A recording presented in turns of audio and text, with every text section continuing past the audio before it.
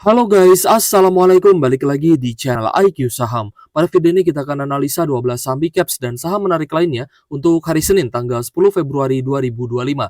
Tapi sebelumnya disclaimer on, ini bukan ajakan jual beli saham karena semua keputusan investasi di tangan masing-masing. So IHSG hari ini kembali turun dan terkoreksi cukup dalam 1,9%, close di 6.742. Bahkan hari ini sempat jebol support guys ya ke level 6.600-an. Jadi support IHSG itu adalah di 6.700-an. Jadi kalau misalkan turun itu artinya IHSG jebol support. Namun hari ini masih closing di atas 6.700. Tapi tetap ya kita melihat masih ada net sell 650 miliar di market reguler, dan nanti kita akan bahas juga saham-saham yang paling banyak diakumulasi dan didistribusi oleh investor asing. Tapi berita terhot hari ini adalah di mana saham brand dan juga cuan itu anjlok ya, bahkan mengalami ARB atau auto reject bawah. Sedangkan untuk saham Petrosi dan juga Tepia itu juga anjlok ya guys ya, dan hampir saja ARB. Sedangkan untuk BRPT atau Barito Pacific dan juga Gosco itu rata-rata terkoreksi. Jadi ini dikarenakan brand Petrosi dan Cuan ya tidak masuk indeks MSCI untuk di Februari 2025 ini. Jadi itulah penyebab ya kenapa IHSG hari ini turun, karena saham brand dan saham Pak PP lain ya seperti Tepia itu juga memiliki porsi terhadap IHSG karena memiliki market cap yang besar. Jadi saham pertama adalah brand ya, di mana brand hari ini anjlok auto reject bawah minus 19,94% ya, close di Rp7.025 per saham. Hari ini ada distribusi yang cukup besar, terutama dari YUM, BK dan juga MG. Nah, kalau misal kita lihat ya untuk saham brand, memang ada distribusi asing ya. Hari ini net sell 58,5 miliar setelah di 2 minggu sebelumnya itu akumulasi terus-menerus. Sejak tanggal 21 Januari ya guys ya, sampai di 6 Februari kemarin. Itu sebenarnya investor asingnya masih akumulasi guys. Nah, tapi karena hari ini ternyata gagal ya untuk masuk indeks MSCI, jadi asingnya jualan, jadi saham brand juga menjadikan saham brand maksud saya itu ARB ya, atau auto reject bawah. Nah, sebenarnya brand ini juga sempat ARB berjilid-jilid ya ketika waktu itu tidak masuk ke indeks FTSE Russell. Nah, itu juga menjadi penyebab ARB berjilid-jilid ya untuk saham brand, yaitu di sekitar bulan Mei 2024 lalu. Nah, apakah ini akan terjadi lagi? Saya rasa tidak ya. Kalau misalkan kita lihat antrian ARB-nya, kemungkinan besar besok masih akan terkoreksi. Namun untuk ARB lagi, saya cukup ragu gitu ya. Jadi untuk teman-teman yang mungkin mau bottom fishing ya, silahkan pantau di sekitar 6 ribuan. Jika ternyata harga dari brand ini tidak ARB lagi dan bahkan hanya terkoreksi saja, kemungkinan juga bisa saja ada pantulan. Tapi kembali lagi karena saham konglomerasi ini merupakan saham yang berisiko tinggi ya. Jadi teman-teman juga perlu memperhatikan harus memiliki trading plan-nya dan harus disiplin juga dengan trading plan. Jangan sampai teman-teman tidak disiplin dengan trading plan yang teman-teman buat sendiri karena juga resikonya besar. Meskipun memang volatilitasnya tinggi dan kita pun bisa berpotensi mendapatkan cuan besar ya dari saham-saham konglo, tapi tetap resikonya juga cukup besar jika teman-teman tidak waspada. Berikut juga saham cuan yang terus mengalami kenaikan ya, bahkan sudah naik sangat tinggi sejak tahun 2024-2025 ini. Dan cuan hari ini mulai ARB ya, dari harga closing kemarin di 14 ribuan, hari ini close di 11.325. Ya, jadi untuk saham cuan sendiri kalau misalnya kita perhatikan ya, terkoreksi 19,96% dengan distribusi yang cukup besar. Ini juga distribusinya dari asing, ada YU dan juga AK ya. Tapi lagi-lagi untuk saham konglo itu memang tergantung dari ownernya ya. Kalau misalkan ownernya ingin menjaga harga ya, nanti akan dinaikkan lagi. Jadi untuk saham cuan ada net sell asing 16 miliar ya. Kemungkinan investor asing di sini melakukan take profit ya karena sudah akumulasi banyak juga untuk saham-saham konglo termasuk juga cuan dan brand tadi. Nah, kalau cuan sejak 22 Januari kita lihat akumulasinya juga ini rutin ya dan cukup besar. Jadi wajar ada take profit dari investor asing dan membuat ya harga cuannya ARB. Lalu bagaimana dengan saham-saham Big Banks? Nah, kita akan bahas juga di video ini. Untuk Big Banks updatean hari ini ada beberapa kenaikan ya atau pantulan, tapi memang itu terjadi setelah marketnya close ya atau setelah marketnya tutup. Untuk BBRI hari ini ada kenaikan 1,5%, close di 4.030, dan kenaikan ini juga ketika marketnya tutup ya atau pas close market. Jadi untuk BBRI kalau misalnya kita cek hari ini ada sedikit distribusi ya, terutama dari beberapa investor asing. Jadi asingnya kemungkinan sih masih mencatatkan net sell. Coba kita cek ya. Untuk BBRI net sell 143 miliar hari ini, dan kalau misalnya kita perhatikan meskipun kemarin sempat akumulasi ya 38 miliar, tapi distribusi hari ini cukup besar. Dan kalau misalnya kita cek juga, mmm sebenarnya investor asing ini sedang tarik ulur gitu ya. Jadi supaya investor retailnya banyak yang keluar, mereka jualan ya, entah itu TP ataupun cut loss ya, mereka sebenarnya tidak peduli. Yang mereka pedulikan adalah ketika retailnya banyak jualan ya, mereka akan nampung barang dan akan menaikkan harga saham. Dan ketika retailnya kembali FOMO, nah mereka bisa saja menurunkan harga sahamnya kembali. Seperti itu ya. Sebenarnya tidak sulit untuk BBRI ini bisa naik 7%, 8%, bahkan mungkin 10% ya. Itu tidak sulit sebenarnya guys. Jadi teman-teman yang masih nyangkut, masih floating loss, saya rasa jangan terlalu khawatir ya, karena saham BBRI ini masih memiliki fundamental yang bagus. Tapi juga harus teman-teman waspadai dan harus menjaga money manajemennya agar teman-teman bisa ambil lagi BBRI di harga yang lebih murah ya. Kalau sewaktu-waktu ternyata BBRI-nya terkoreksi karena laporan keuangannya ini kan belum rilis ya. Nanti kita lihat nih hasilnya apakah bagus atau tidak, apakah kenaikannya lebih tinggi dari Bank Mandiri atau BBNI atau tidak. Selanjutnya BBNI, di mana BBNI juga hari ini masih ada koreksi ya, 0,4%, close di Rp4.270 per saham. Dan jika kita lihat ya guys ya, untuk BBNI ini support sebelumnya adalah di 4.120-an. BBNI hari ini ada distribusi terutama dari investor asing ya, ada TP, ZP, dan juga LG, namun AKCCNI terpantau akumulasi. Nah, bagaimana dengan money flow-nya untuk saham BBNI? Hari ini BBNI ada net sell ya, 84 miliar. Sorry guys. Hari ini BBNI-nya ada net sell. Jadi ya kalau misal kita perhatikan ya untuk BBNI, waduh kehalang guys, sorry ya.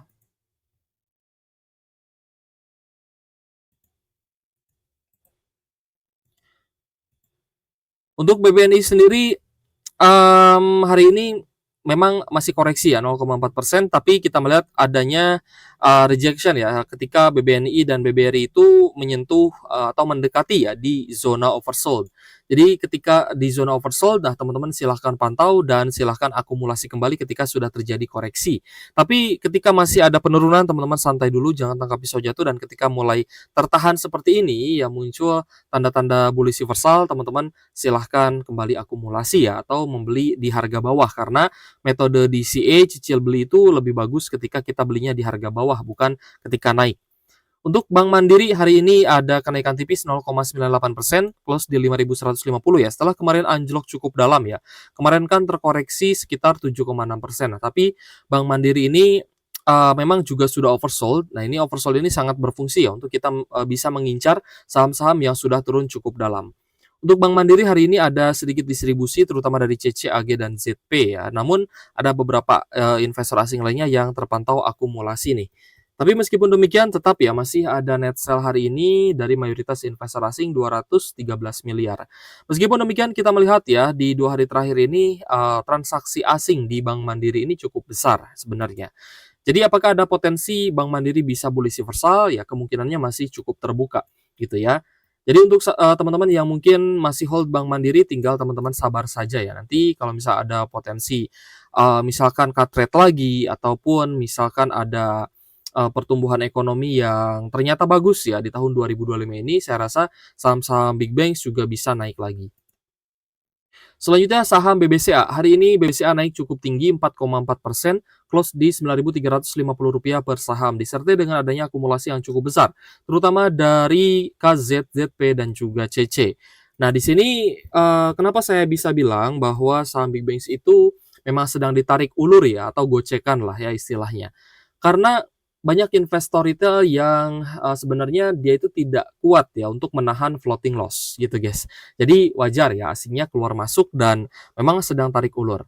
Nah, hari ini BBCA diborong ya atau di net buy 223 miliar, tapi 3 saham big banks lainnya itu net sell. Jadi BBCA hari ini net buy akumulasi, tapi BRI, Bank Mandiri, dan BNI itu masih net sell. Nah, kemarin yang akumulasi atau net buy itu adalah BBRI ya, dan 3 lainnya termasuk BBCA itu net sell. Jadi maksud saya tarik ulur itu seperti itu ya, asingnya memang sedang mempermainkan psikologis dari market ya. So teman-teman yang mempunyai long term investment ya untuk saham-saham big bank, saya rasa tidak usah terlalu panik ya, tidak usah terlalu khawatir dan tetap santai saja, manfaatkan peluang jika terjadi koreksi. Selanjutnya Astra International. Nah, untuk ASI ini kita cukup penasaran ya, bagaimana nanti laporan keuangannya apakah bagus atau tidak. Karena sejauh ini kita melihat ya memang sektor otomotif cukup tertekan, tapi karena bisnis dari Astra International ini cukup diversified, jadi mungkin kita tidak terlalu was-was lah ya, dan tetap kita pantau bagaimana nanti perkembangan dari laporan keuangan. Untuk Astra International ada kenaikan 2,2%, close di Rp4.650 per saham. Ada akumulasi terutama dari asing ya, ada YU, ZP, DX, CC ya, yang kita lihat ternyata mulai masuk lagi nih di Astra International. Jadi untuk ASI hari ini memang net buy ya 26,5 miliar, tapi akumulasinya ini sebenarnya belum terlalu besar guys, karena kalau ya kita berbicara tentang akumulasi besar di Astra International, ini seharusnya mencapai ratusan miliar gitu ya. Kalau misalkan net buy-nya mencapai ratusan miliar ya minimal di atas 80 miliar lah. Itu sudah kita kategorikan akumulasi besar. Tapi untuk saat ini teman-teman bisa pantau karena juga sudah berada di zona oversold, semoga ada pantulan ya atau bullish reversal. Lalu bagaimana dengan Telkom nih? Telkom hari ini ada kenaikan ya 1,17% saja di 2.590 dan ada pantulan guys lagi ya di zona support. Jadi hari ini sempat nyentuh di support low 2510. Nah, teman-teman bisa manfaatkan ya ketika Telkomnya menyentuh di zona support, teman-teman bisa manfaatkan untuk buy on weakness. Lalu stop loss-nya di mana Kak? Ya kalau misal teman-teman ingin menggunakan stop loss ya di sekitar 2490 sorry. Di 2490 teman-teman pantau stop loss-nya ya mungkin hanya 2-3%, tapi kalau memang sudah ada tanda patah tren ya itu harus teman-teman eksekusi. Karena Telkom di zona oversold jadi cukup menarik, kita lihat ya meskipun asingnya jualan ada KZ, AKZ, PBK yang distribusi ya, tapi Telkom cukup menarik ya karena sudah oversold gitu. Hari ini net sell asing 28,8 miliar ya, sebenarnya net sell ini tidak terlalu besar dan kembali lagi untuk saham big caps ya akumulasi atau distribusi besar itu ketika menyentuh di atas 100 miliar gitu ya. Itu sudah kategori besar. Tapi kalau untuk saat ini sih transaksinya tidak terlalu besar juga ya sebenarnya. Net sell net buy-nya tidak terlalu besar guys. Jadi ya mungkin kenaikan pun hanya akan retest lagi di resistan sekitar 2.700 sampai di 2.800 ya. Teman-teman bisa pantau di level tersebut. Jika ternyata ada tanda-tanda koreksi lagi, teman-teman bisa jualan saja atau consider untuk take profit ya. Ketika teman-teman sudah cuan, ya mungkin akan dapat cuan nih dari area support sampai di area resisten ya terdekatnya ya sekitar 10-13% itu masih dapat dan itu sangat bagus sebenarnya ketika teman-teman memang belum melihat ya adanya katalis positif untuk saham Telkomnya. Lalu kita bahas juga Akra ya. Akra ada kenaikan tipis 0,4% dan cukup sideways di level saat ini. Nah, di sini juga teman-teman bisa memanfaatkan ya guys ya atau membuat trading plan yang saya rasa cukup bagus ya. Risk and reward-nya juga terbatas ya di sini. Jadi teman-teman silahkan pantau dan kalau misal mau entry, nah bisa coba seperti ini guys ya untuk potensi koreksinya atau di supportnya ya potensi penurunan sampai support itu sekitar 3,4%. Tapi potensi rewardnya bisa mencapai 16% ya sampai di resisten terdekat di 1250-an ya 1250 1260 ini teman-teman bisa dapat sekitar 16%. Nah, ini potensi risk and rewardnya cukup menarik ya untuk saham Akra sendiri apalagi dividennya ini mencapai 8% ya jika di harga saat ini. So, Akra cukup menarik. Jadi, coba kita lihat hari ini netral ya. Ada distribusi dari YU dan AK, kemungkinan net sell. Tapi ya kembali lagi saya rasa sih saham-saham yang sudah turun cukup dalam, sudah mulai sideways itu cocok ya untuk kita pantau dan kita entry. Untuk Akra net sell 1,8 miliar ya, tidak terlalu besar juga. Jadi memang asingnya tidak terlalu banyak transaksi nih di saham-saham lain selain big banks dan saham big caps. Untuk Akra ya seperti ini guys ya, potensi risk and reward-nya. Selanjutnya Antam. Nah, bagaimana dengan Antam guys? Antam kalau misalnya kita perhatikan ya, ada kenaikan hari ini 2,14%, close di 1430 dan ada sedikit akumulasi terutama dari PD, ZP, AK dan juga RX ya. Jadi hari ini Antamnya mulai ada kenaikan disertai dengan akumulasi. Dan asing hari ini net buy 6,5 miliar ya, meskipun memang tidak terlalu besar, tapi cukup menarik nih di 4 hari terakhir cenderung akumulasi. Lalu potensi risk and reward-nya seperti apa ya? Kalau misalnya kita lihat, untuk Antam, kita mencari peluang ya. Untuk Antam teman-teman bisa pantau di sekitar 1380 lah, 1380 atau di 1375 guys, untuk potensi stop loss-nya ya. Sorry guys, kita paskan dulu ya. Nah, 1380 lah ya, sekitar 3,3%. Ini potensi untuk teman-teman loss ya, atau potensi risk-nya. Tapi untuk potensi resisten terdekat ya, teman-teman bisa ambil di sekitar 1530 ya, berarti ada potensi kenaikan 7%. Tapi kalau misalkan harga sahamnya ternyata lanjut naik ya, teman-teman bisa hold dan potensi potensi reward-nya itu 14%. Ya, jadi risk and reward ini teman-teman juga harus bisa ya membuat trading plan dan mengimplementasikan untuk tradingnya teman-teman. Sehingga teman-teman potensi risk and reward ini bisa digunakan ya untuk pembatasan risiko agar ketika patah tren teman-teman masih akan terhindar ya dari koreksi yang lebih dalam lagi. So, akumulasinya cukup menarik, kenaikannya juga cukup menarik, jadi teman-teman silahkan pantau di hari Senin. Lalu dengan Medco, nah Medco juga saya lihat cukup menarik ya, karena hari ini ada rejection meskipun kenaikannya tipis hanya 0,4% saja. Close di Rp1.035 per saham dan sudah berada di zona oversold ini sejak tanggal 24 Januari. Ya, jadi untuk Medco ada sedikit akumulasi guys, terutama dari IFNI, OD dan juga XL. Lalu bagaimana dengan asingnya ya? Apakah ada investor asing yang akumulasi? Nah, hari ini ternyata net buy asing mencapai 11 miliar. Jadi cukup menarik nih untuk saham Medco ya, kemungkinan menggunakan broker IF untuk asingnya. Lalu untuk potensi risk and reward-nya seperti apa? Nah, di sini teman-teman ya bisa entry di harga saat ini, untuk stop loss-nya kita coba pasang di 1000 ya.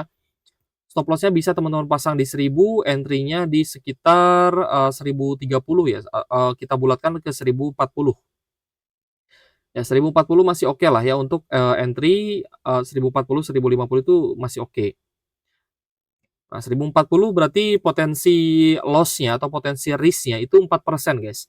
Sampai patah tren ya, ini potensi loss sampai patah tren itu teman-teman 4% saja. Tapi potensi reward-nya jika ternyata ada bullish reversal, ya sampai resisten terdekat ya itu 17%. Nah, ini juga harus teman-teman pahami ya, bahwa potensi risk and reward juga harus teman-teman perhatikan. Jadi akumulasi sudah masuk dan harga sahamnya mulai ada rejection, ini juga menjadi tanda-tanda bullish reversal. Ini tanda awal sebenarnya, masih tanda awal. Tapi kalau misal di hari Senin ternyata benar-benar naik ya teman-teman, silahkan gunakan trading plan-nya masing-masing. Selanjutnya untuk saham Elsa guys. Untuk Elsa sendiri ada koreksi 0,9%, close di Rp428 per sahamnya. Nah, untuk Elsa juga sama ya sebenarnya, tapi kita lihat memang masih cukup netral dan asingnya masih jualan ya. Kalau misalkan kita cek ya, apakah sudah mulai masuk lagi untuk asingnya?